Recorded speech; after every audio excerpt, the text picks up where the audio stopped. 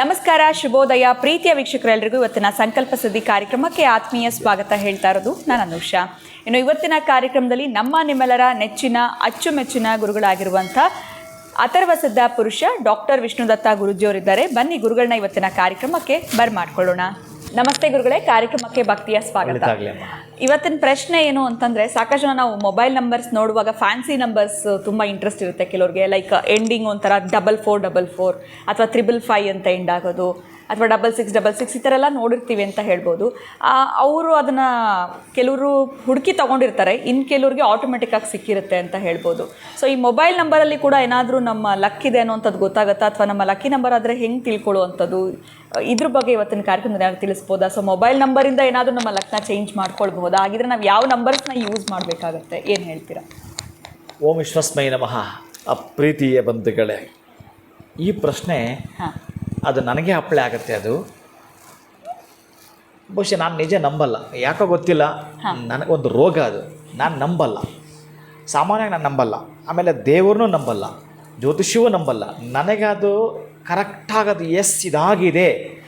ಆಮೇಲೆ ನನಗೆ ಒಂದೊಂದು ಸಲ ಹೆಡ್ಯಾಕ್ ಬರುತ್ತೆ ಒನ್ ಸೈಡು.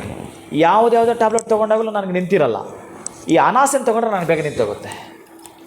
ಅವ್ರು ತಗೋಬೇಡ ಅಂತ ಹೇಳ್ತಾರೆ. ಯಾರೇ, ನನಗೆ ಅಷ್ಟೇ ಅದು ಬೇಕು, ನನ್ನ ಮನಸ್ಸು ಒಪ್ಪಿಬಿಟ್ಟಿದೆ, ಬೇಕು ನನಗೆ ಅನಾಸಿನ. ಅದು ಇಲ್ಲ ಗುರುಗಳ, ಏನು ಹೇಳಿದ್ರು ಬೇಡ ನನಗೆ. ತಕ್ಷಣ ತಗೊಂಡು ಅದು ನಿಂತೋಗುತ್ತೆ ನನಗೆ. ಬೇರೆ ಇನ್ನು ಯಾವುದು ಕೊಟ್ಟರು ನನಗೆ ಆಗಲ್ಲ. ನಾನು ಹಲವು ವರ್ಷಗಳ ಪರೀಕ್ಷೆ ಮಾಡ್ಕೊಂಡು ಮಾತಾಡ್ತೀನಿ. ಹೀಗೆ ಈ 20 ವರ್ಷಗಳ ನನ್ನ ಅಧ್ಯಯನ ಮಾತಾಡಿಸ್ತಾ ಇರೋದು ನಿಮ್ಮ ಹತ್ರ.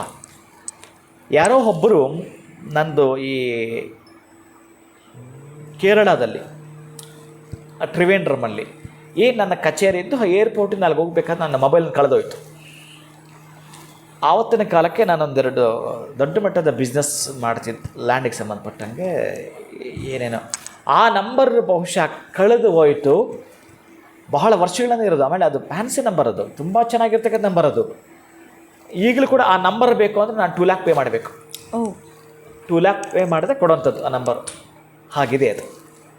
ಅಂತಹ ನಂಬರು ಈಗ ನೀವು ಆ ನಂಬರ್ ಕೂಡ ಸ್ವಿಚ್ ಆಫ್ ಬರುತ್ತೆ. ಬಟ್ ಟ್ರೂ ಕಾಲರ್ ನನ್ನ ಹೆಸರೇ ಬರುತ್ತೆ. ಅದು ಏನದು, ನನ್ನ ಜೊತೆ ಯಾವಾಗಲೂ ನನ್ನ ಆಶ್ರಮದ ಸೆಕ್ರೆಟ್ರಿ ಕೇರಳದವರೇ, ಶಂಕರ್ ಅಂತೇಳಿ ಆತ ಇರ್ತಾನೆ.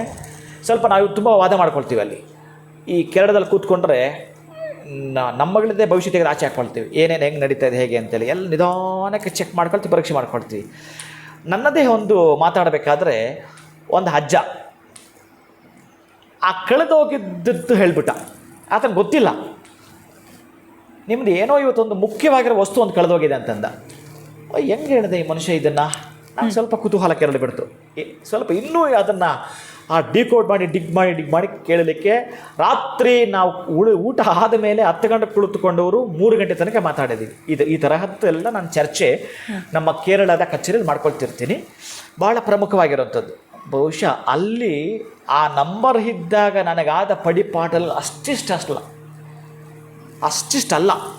ಬಹುಶಃ ಆ ನಂಬರ್ ಇದ್ದಾಗಲೇ ಈ ನನಗೂ ಮತ್ತು ಈ ಜಗದೀಶ್ ಶೆಟ್ಟರಿಗೂ ನಡೆದದ್ದು ವಾದಗಳು ಬಹಳಷ್ಟವು.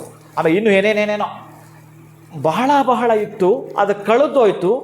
ಆಮೇಲೆ ಏನಿದು ಹೀಗೆಲ್ಲ ಕೂಡ ಇದೆಯಾ ಅಂತ ಹೇಳಿ ನನಗೊಂದು ನಂಬರ್ ಅವ್ರು ಸಜೆಸ್ಟ್ ಮಾಡಿದ್ರು, ಹೀಗೆ ಅಂಥೇಳಿ.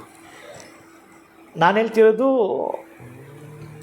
ಬಹುಶಃ ಅವರು ಇನ್ನೂ ಜಗದೀಶ್ ಶೆಟ್ಟರು ಮುಖ್ಯಮಂತ್ರಿ ಆಗಿಲ್ಲ ಅನ್ಕೋತೀನಿ. ಆ ವರ್ಷಗಳು ಅವು 10-12 ವರ್ಷಗಳ ಹಿಂದೆ ಅನ್ಕೋತೀನಿ ಅವೆಲ್ಲ ಕೂಡ.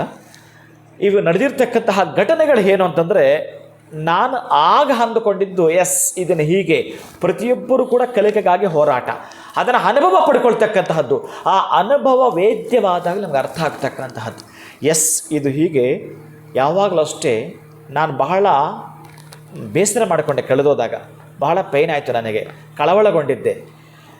ಆವತ್ತು ಯಾಕೋ ನನಗೆ ಮೂಡ್ ಅಪ್ಸೆಟ್ ಆಗಿತ್ತು ಕೂಡ, ಭಾಳ ಪೇಯ್ನ್ ಆಯಿತು ನನಗೆ. ಆಮೇಲೆ ಅಲ್ಲಿ ಕಂಪ್ಲೇಂಟ್ ಕೊಟ್ಟೆ, ನನಗೆ ಬೇಕು ಅಂತೇಳಿ ಕೂಡ ನಾನು. ಮತ್ತು ಆ ನಂಬರ್ ಏನು ಮಾಡಿ ನಾನು ತಗೊಂಡೆ ಕೂಡ, ಆದರೆ ಬಳಸಿಲ್ಲ. ಅದನ್ನು ತಗೊಂಡಿದ್ದೀನಿ, ಅದು ಪೋಸ್ಟ್ ಪೇಯ್ಡ್. ಎಸ್, ಆ ನಂಬರ್ ಕಾಸ್ಟ್ಲಿ ಇರೋದ್ರಿಂದ ಅದನ್ನು ತಗೊಂಡೆ, ಬಳಸಲಿಲ್ಲ. ಆಮೇಲೆ ನೋಡೋಣ ಇವ್ರು ಹೇಳಿದ್ದು ತೊಗೊಳ್ಳೋಣ ಅಂತೇಳಿ ಸ್ವಲ್ಪ ಆವತ್ತು ಅದಕ್ಕೆ ನಾನು ಈ ಕುಬೇರ ಸಭೆ ಮಾಡೋ ಉದ್ದೇಶ ಅದು. ಬಟ್ ಇಲ್ಲಿ ಅರ್ಥ ಮಾಡ್ಕೊಳ್ದಿರೋರ ಏನು ಮಾಡೋಕ್ಕೆ ಬರಲ್ಲ. ಬಟ್ ಸಿಕ್ಕೇ ತೀರುತ್ತೀನಿ, ಆಪ್ಷನ್ ಇಲ್ಲ ಅವರಿಗೆ. ನಮಗೆ ಬೇಕಾಗಿರೋ ವೆಹಿಕಲ್ನ ಬುಕ್ ಮಾಡಿ ತೊಗೊಂಡು ಮನೆಗೆ ಬರ್ತೀವಿ, ಖುಷಿ ಇರುತ್ತೆ, ಅಷ್ಟು ಖುಷಿ ಇರುತ್ತೆ. ಅವರ ಭಾಗ್ಯದ ಸಂಖ್ಯೆಯನ್ನು ಹಿಡಿದು ಹಾಕ್ಕೊಂಡಿದ್ದೇ ಆದರೆ ಬೇಕಾದ್ರೆ ಅವ್ರ ಅಕೌಂಟ್ ಪರೀಕ್ಷೆ ಮಾಡ್ಬೋದು. ಆಮೇಲೆ ಎಷ್ಟು ಅವರ ಅಕೌಂಟು ಮೊದಲನೇ ಹೇಗೆ ನಡೆದಿತ್ತು, ಆ ನಂತರ ಹೇಗೆ ಆ ಅಕೌಂಟ್ ಬಂದು ಹೋಗುತ್ತೆ ಹಣ ಅಂತಂದರೆ ತುಂಬ ಚಮತ್ಕಾರ ನಡೆದೋಗುತ್ತೆ. ನನಗೆ ಅಲ್ಲಿ ತನಕ ಇದ್ರ ಬಗ್ಗೆ ಇಲ್ಲ. ಆಮೇಲೆ ನನಗೆ ಕೆಲವು ದಿನಗಳು ಕೂಡ ಅದೇನು ಅಷ್ಟು ಕರೆಕ್ಟ್ ಅನ್ನಿಸ್ಲಿಲ್ಲ. ಆಮೇಲೆ ಅದಕ್ಕೆ ಸಂಬಂಧಪಟ್ಟ ಇನ್ಡೆಪ್ತ್ ಸ್ವಲ್ಪ ಹೋಗ್ಬೇಕಾಯ್ತು. ನಾನು 1 ಅವರನ್ನು ಪಡ್ಕೊಂಡ್ರೆ ಇದಕ್ಕಿನ್ನೇನು ಯೋಚನೆ ಮಾಡ್ತಿರ್ತೀನಿ. ಆಮೇಲೆ ಅವ್ರಿಗೆ ನಾನು ಕೆಲವು ಸಜೆಸ್ಟ್ ಮಾಡಿದೆ, ಅಲ್ಲ ಇದು ಹೀಗೆ 3 ತಿಂಗಳಾದರೂ ಇನ್ನೂ ಕೂಡ ಸ್ತಬ್ಧವೇ ಇದೆ, ಸೈಲೆಂಟ್ ಇದೆ, ಆ ನಂಬರ್ ನನಗೆ ಯಾಕೆ ಇನ್ನೂ ಅಪ್ಲೈ ಆಗಲಿಲ್ಲ ಅಂತಂದಾಗ ನಾನು ಕೆಲವು ಹೇಳಿದೆ. ಅವರಿಗೆ ನಾನು ಹೇಳಿದ್ದು ಅಂದರೆ ಈ ಆಗಮದ್ದು ಗೊತ್ತಿರಬೇಕಂತ ಅದಕ್ಕೆ ನಾನು ಹೇಳ್ತೀನಿ. ಅದರ ಅಧಿದೇವತೆ ಪ್ರತಿದೇವತೆ ತೊಗೋಬೇಕು ನಾವು. ಆ ಭಾಗ್ಯದ ಅಧಿದೇವತೆ ಯಾರೋ ಪ್ರತ್ಯೇಕ ದೇವತೆ ಯಾರೋ ಅಂತ ತೆಗೆದುಕೊಳ್ತೀವಿ. ಅಂದರೆ ಈಗ ಒಂದು ಎಕ್ಸಾಂಪಲ್ ಮಾತಾಡ್ತೀನಿ ನಾನು. ಈ ಧನುಸ್ಸು ರಾಶಿಯಲ್ಲಿ ಉತ್ತರಾಷಾಢ ನಕ್ಷತ್ರ ಇದೆ, ಪೂರ್ವಾಷಾಢ ಇದೆ, ಆಮೇಲೆ ಮೂಲ ಇದೆ. ಈ ಮೂಲ ನಕ್ಷತ್ರ ಅಧಿಪತಿ ಕೇತು, ಈ ಉತ್ತರಾಷಾಢದ್ದು ರವಿ, ಪೂರ್ವಾಷಾಢದ್ದು ಶುಕ್ರ. ಇವನು ಕೇಂದ್ರೀಕರಿಸಬೇಕು.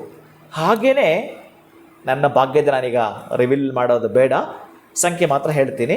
ನನ್ನ ಭಾಗ್ಯದಿರ್ತಕ್ಕಂತಹದ್ದು ಅದು 3 ತಿಂಗಳಾದರೂ ಅದು ಯಾಕೋ ನನಗೆ ಅಷ್ಟು ಪಾಸಿಟಿವ್ ಅನ್ನಿಸ್ಲಿಲ್ಲ, ಕೆಲಸ ಮಾಡಲಿಲ್ಲ. ನಾನು ಅವ್ರಿಗೆ ಕೇಳಿದೆ, ಇದನ್ನು ಹೀಗೆ ಮಾಡಿ ಹೊರೋಗ್ಬೋದಾ ಅಂತ ನಾನು ಕೇಳಿದೆ. ಆಮ ನನ್ನ ಇರಿಕಟ್ಟ ಅಂತ ಒಂದ್ರ ಮಾಡಿ ಅಂತ ಅಂದರು, ಚೆನ್ನಾಗಿರುತ್ತೆ ಮಾಡಿ ಅಂತಂದರು. ನಾನು ಆ ಭಾಗ್ಯ ದೇವತೆಗಳ ಕ್ರೋಢೀಕರಿಸಿ ಅದಕ್ಕೆ ನಾನು ಅದನ್ನು ಗಜಲಕ್ಷ್ಮಿ ಸಂಪುಟಗಳನ್ನೆಲ್ಲ ಹ್ಯಾಡ್ ಮಾಡಿ ಆ ನಂಬರ್ಗೆ ಲಿಂಕ್ ಕೊಟ್ಟು ಮಾಡಿದ್ದು ಅಂತಂದರೆ ನನ್ನ ಭಾಗ್ಯದ ಸಂಖ್ಯೆ 6666. ಕೆಲವರಿಗೆ 6666, ಕೆಲವ್ರಿಗೆ ಒಂದೇ 6 ಆಗುತ್ತೆ, ಎಲ್ರಿಗೂ 6 ಅಲ್ಲ. ಅದಕ್ಕೆ ನಾನು ಅವ್ರ ಭಾಗ್ಯದ ಸಂಖ್ಯೆ ಲಾಸ್ಟಿಗೆ ಬರಬೇಕು. ಯಾವ ವ್ಯಕ್ತಿ ಮೊಬೈಲ್ ಬಳಸ್ತಾನೋ ಆತನ ಭಾಗ್ಯದ ಸಂಖ್ಯೆಗೆ ಲಾಸ್ಟಿಗೆ ಬಳಸ್ತಾನೆ ಅಂತಂದರೆ ಅವ್ರು ಲೆಕ್ಕ ಹಾಕ್ಕೋಬೇಕು ಆ ಸಂಖ್ಯೆ ಎಷ್ಟಿರುತ್ತೆ. ಫಾರ್ ಎಕ್ಸಾಂಪಲ್ 3 ಅಂದ್ಕೊಳ್ಳೋಣ, ಈಗ ನಿಮ್ಮದು 3 ಅಂದ್ಕೊಳ್ಳೋಣ. 3 ಅಂತಂದರೆ 3 ತಿಂಗಳ ಚಮತ್ಕಾರ ನಡೆದೇ ಹೋಗುತ್ತೆ ಆಪ್ಷನಲ್ಲಿ ನಿಮಗೆ. ಇನ್ನು ಕೆಲವರು ಮೊಬೈಲ್ ಗುರುಗಳ ನಾನು 20 ವರ್ಷ ಅಂತ ಸೆಂಟಿಮೆಂಟ್ ಇಟ್ಕೊಂಡಿರ್ತಾರೆ. ಆ ಸೆಂಟಿಮೆಂಟನ್ನು ಫಸ್ಟ್ ಪಕ್ಕಕ್ಕೆ ತೆಗೀರಿ. ನಿಮ್ಗೆ ಚೆನ್ನಾಗಿದ್ರೆ ದಯವಿಟ್ಟು ಇಟ್ಕೊಳ್ಳಿ, ಕಾಪಾಡ್ಕೊಳ್ಳಿ. ಆದರೆ ಎಲ್ಲರೂ ಕೊಟ್ಬಿಟ್ಟಿದ್ದೀವಿ ನಾವು ಅಂತಂದ್ರೆ ಕೊಟ್ಟಿರೋದನ್ನು ಬಿಟ್ಟುಬಿಡು, ನೀನು ಬೆಳೆಯೋದನ್ನು ಮೊದಲು ನೋಡು. ಅದಕ್ಕೆ ಆಗಬೇಕಾದ್ರೆ ನಿಜ ಹೇಳ್ತೀನಿ, ಇಲ್ಲಿ ನಂಬರು ಬೇಕು, ಆಮೇಲೆ ಜೀವನ ರೂಪಿಸ್ಕೊಳ್ಳೋಕ್ಕೆ ಆಹಾರವೂ ಬೇಕು, ಹಾಗೆ ಎಲ್ಲವೂ ಕೂಡ ಬೇಕಾಗತ್ತೆ. ಭಾಗ್ಯದ ಸಂಖ್ಯೆ ನಿಮ್ಮ ಮೊಬೈಲ್ ನಂಬರಲ್ಲಿ ಇತ್ತು ಅಂತಂದರೆ ನೀವು ಭಾಗ್ಯವಂತರು, ಬರೆದಿಟ್ಕೊಳ್ಳಿ. ಇದು ನೀವು ಊಹೆಯನ್ನು ಮಾಡಿರಲ್ಲ ಅಂಥ ಚಮತ್ಕಾರವನ್ನು ತಂದು ಕೊಡುತ್ತೆ. ನನಗೆ ಅದು ಅಭ್ಯುದಯ. ಈಗ ನನ್ನ ಕಾಸ್ಟ್ಲಿ ನಂಬರ್ ಬಳಸಲಿಕ್ಕೆ ಭಯ ಪಡ್ತಾ ಇದ್ದೀನಿ. ನಾನು ಈಗಲೂ ಭಯ ಪಡ್ತಾ ಇದ್ದೀನಿ, ಬೇಡ ಬಿಡೋತ್ಲಾಗೆ, ಅದು ಕಾಸ್ಟ್ಲಿ ಆಗಿದ್ರು ಬೇಡ ಅಂದರೆ ಅಷ್ಟು ಜನ ಕೊಟ್ಟಿದ್ದೀನಿ ಆ ನಂಬರ್ನ. ಆಮೇಲೆ ಮೊನ್ನೆ ಯಾವುದೋ ಚಾನಲ್ನವ್ರು ಕರೆದಿದ್ರಿ ರಾಮನ ಬಗ್ಗೆ, ಈ ಯಾವುದೋ ಚಾನಲ್ನವರು ರಾಜ್ಯ ನ್ಯೂಸು ಯಾರನ್ನು, ಅವನು ಏನೋ ಹಾಕಿ ಅವನ ಹತ್ರ ಇದ್ದದ್ದು ಈ ನಂಬರೇ ಇದೆ, ಹಳೆ ನಂಬರು, ಅದನ್ನು ಸ್ಕೂಲಿಗೆ ಹಾಕ್ಬಿಟ್ಟಿದ್ದಾನೆ ಆ ನಂಬರ್ನ. ಅಂದರೆ ಹಳಬರು ಇವರೆಲ್ಲ ಕೂಡ ನನಗೆ 15 ವರ್ಷಗಳ ಹಿಂದನವರು, ಈ ಚಾನಲ್ನವರೆಲ್ಲರೂ ಕೂಡ ನನ್ನ ಹತ್ರ ಮಾತಾಡಿದ್ದೆ, ಹೋದ್ವಿ, ನಾನು ರೆಕಾರ್ಡ್ ಮಾಡಿ 1 ತಾಸು ಬಂದುಬಿಟ್ಟೆ. ಮತ್ತೆ ಆ ನಂಬರ್ ಹಾಕಿದ್ದಾನೆ. ಓ ಗಾಡ್, ಆವಾಗ ಎಚ್ಚರಾಗಿದ್ದು ಫಸ್ಟ್ ಆ ನಂಬರ್ ತೆಗೆ ಅಂತಂದೆ ನಾನು. ಯಾಕಂದ್ರೆ ಆ ನಂಬರ್ ಕಂಡ್ರೆ ಹಾಗೆ ಆಗ್ತೀನಿ ನಾನು ಇವಾಗ. ಅಂದರೆ ಅದಕ್ಕೆ ನಾವೆಂದೋ ಒಂದು ಕಡೆ ಗೊತ್ತಿಲ್ಲದೆ ಮಾಡಿರ್ತಕ್ಕಂಥ ತಪ್ಪುಗಳನ್ನು ಅಥವಾ ಅದರ ಮೇಲೆ ಸೆಂಟಿಮೆಂಟ್ ಇಟ್ಕೊಂಡು ಮುಂದುವರಿಯೋದಲ್ಲ. ಬದಲಾವಣೆ ಬೇಕು ಅಂತಂದರೆ ನೀವು ಬದಲಾಯಿಸ್ಕೋಬೇಕು, ಅದು ನಿಮ್ಮ ಕೈಯಲ್ಲೇ ಇದೆ. ಅಂತಹ ಚಮತ್ಕಾರ ತಂದು ಕೊಡುತ್ತೆ. ನಿಮ್ಮ ಮೊಬೈಲ್ನ ಭಾಗ್ಯದ ಸಂಖ್ಯೆ ಬರೆದಿಟ್ಕೊಳ್ಳಿ. ಖಂಡಿತ ಗುರುಗಳೇ, ಭಾಳ ಉತ್ತಮವಾಗಿರುವಂಥ ವಿಚಾರ, ಇಂಟ್ರೆಸ್ಟಿಂಗ್ ವಿಚಾರವನ್ನು ಇವತ್ತಿನ ಒಂದು ಎಪಿಸೋಡ್ನಲ್ಲಿ ತಿಳಿಸ್ಕೊಟ್ಟಿದ್ದೀರಾ. ಬಹಳ ಧನ್ಯವಾದಗಳು ತಮಗೆ. ನಮಸ್ಕಾರ. ಹರೇ ಶ್ರೀನಿವಾಸ್. ಇನ್ನು ವೀಕ್ಷಕರೇ, ಇವತ್ತಿನ ವಿಡಿಯೋ ನಿಮ್ಮೆಲ್ಲರಿಗೂ ಇಷ್ಟ ಆಗಿದೆ ಅಂತ ಭಾವಿಸ್ತಾ ಇವತ್ತಿನ ಕಾರ್ಯಕ್ರಮವನ್ನು ಮುಗಿಸುವಂತಹ ಸಮಯ ಆಗಿದೆ. ನಮಸ್ಕಾರ.